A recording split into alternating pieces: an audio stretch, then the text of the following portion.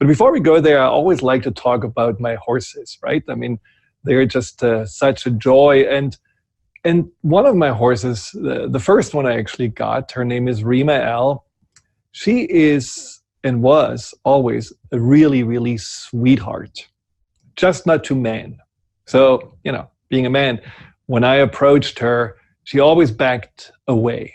When I raised my hand, she always put her head aside. And it was really strange because it didn't do this with anyone else but me, which were also, all other women that were dealing with her. And so I was calling up the previous owner and asked, so what happened? Why is she doing this? And she had to admit that the boyfriend of the daughter of the owner was actually riding her, and he wasn't really into horses. I think he was more into bicycles or so. But anyhow, as soon as Rima L didn't do what she was supposed to do, he actually hit her over the head. I mean, how horrible is that?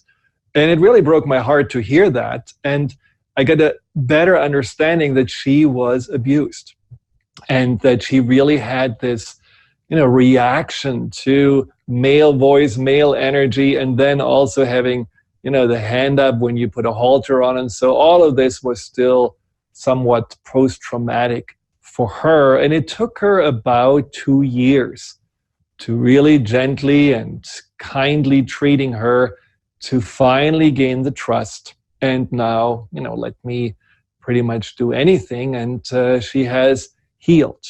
Now, why do I tell you this story? Because a lot of us feel exactly like Rima L. A lot of us feel that we are still coping from the abuse that someone in the past has inflicted on us. Abuse is such an important and big topic, and it's so often just swept under the rug. It's almost like a taboo.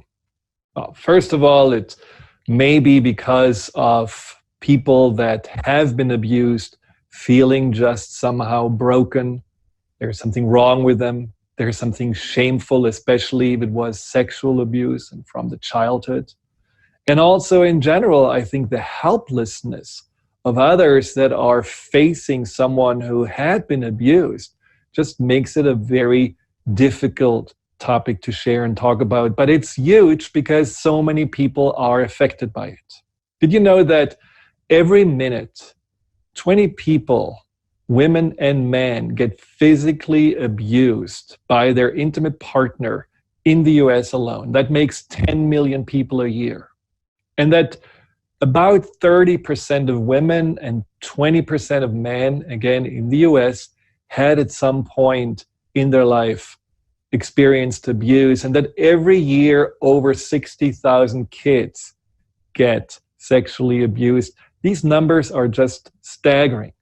And unfortunately, these are numbers that we really have to look at in order to understand that, 4 out of 10 people are probably people that have been scarred by abuse and often don't really know how to handle it.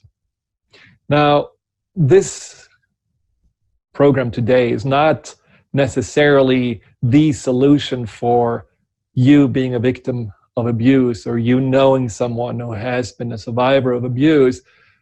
This is about just giving you an inspiration and some insights on how to approach abuse not as your identity.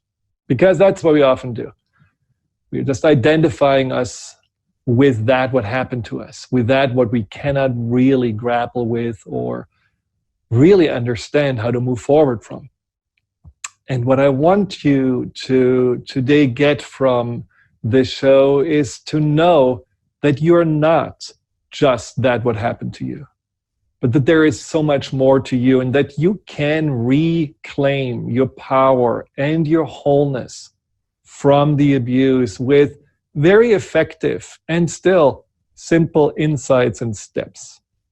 So if this is something that you really feel is close to your heart, just type in some questions on Facebook Live or in the chat room of Transformation Talk Radio, or call in. And Kat, you have to give me the number again because somehow it always gets through my mind. What's the call-in number?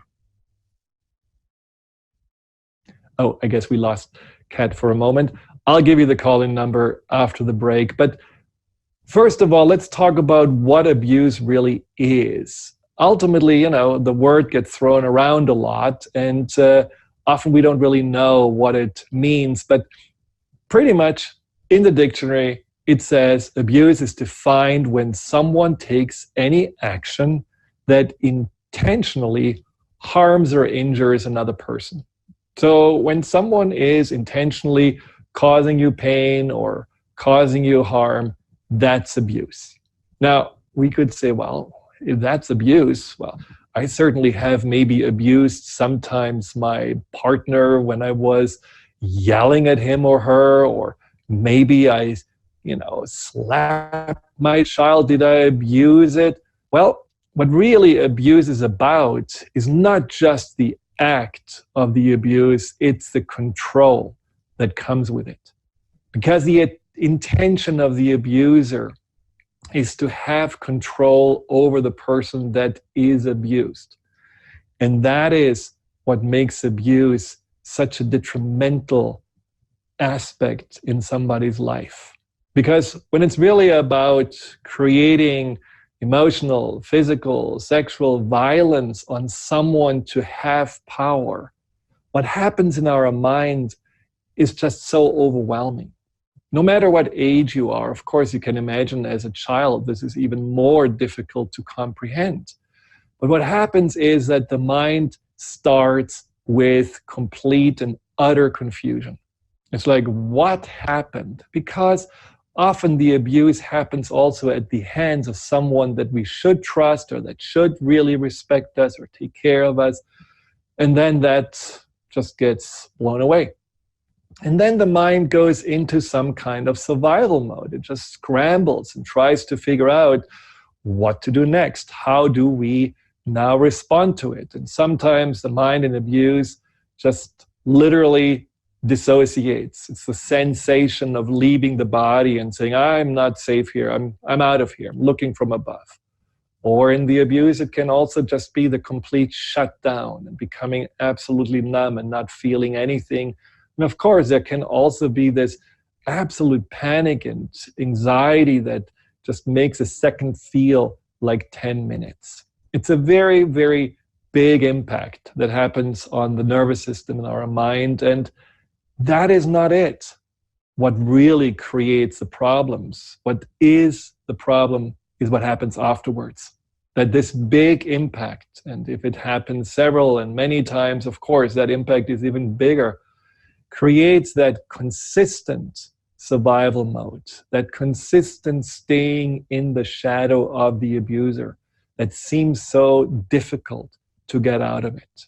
It is like we are losing a sense of self. It feels like that we are powerless, that we are helpless, and that the abuser still has all the control, even if this is a person that may not be alive anymore. Even this is something that happened a long time ago, but on a subconscious level, we are still in that frozen state. It's not frozen necessarily like, you're not able to move, but it's frozen and stuck in certain behaviors, in certain ways that we look at ourselves, in certain ways that we look at the world or move through the world, that just is dictated from what happened to us. And today I want to talk about how to break through it and how to break out of it. And also how you know that you're still maybe living in that survival consciousness from a past abuse. So when we come back, we'll talk all about that.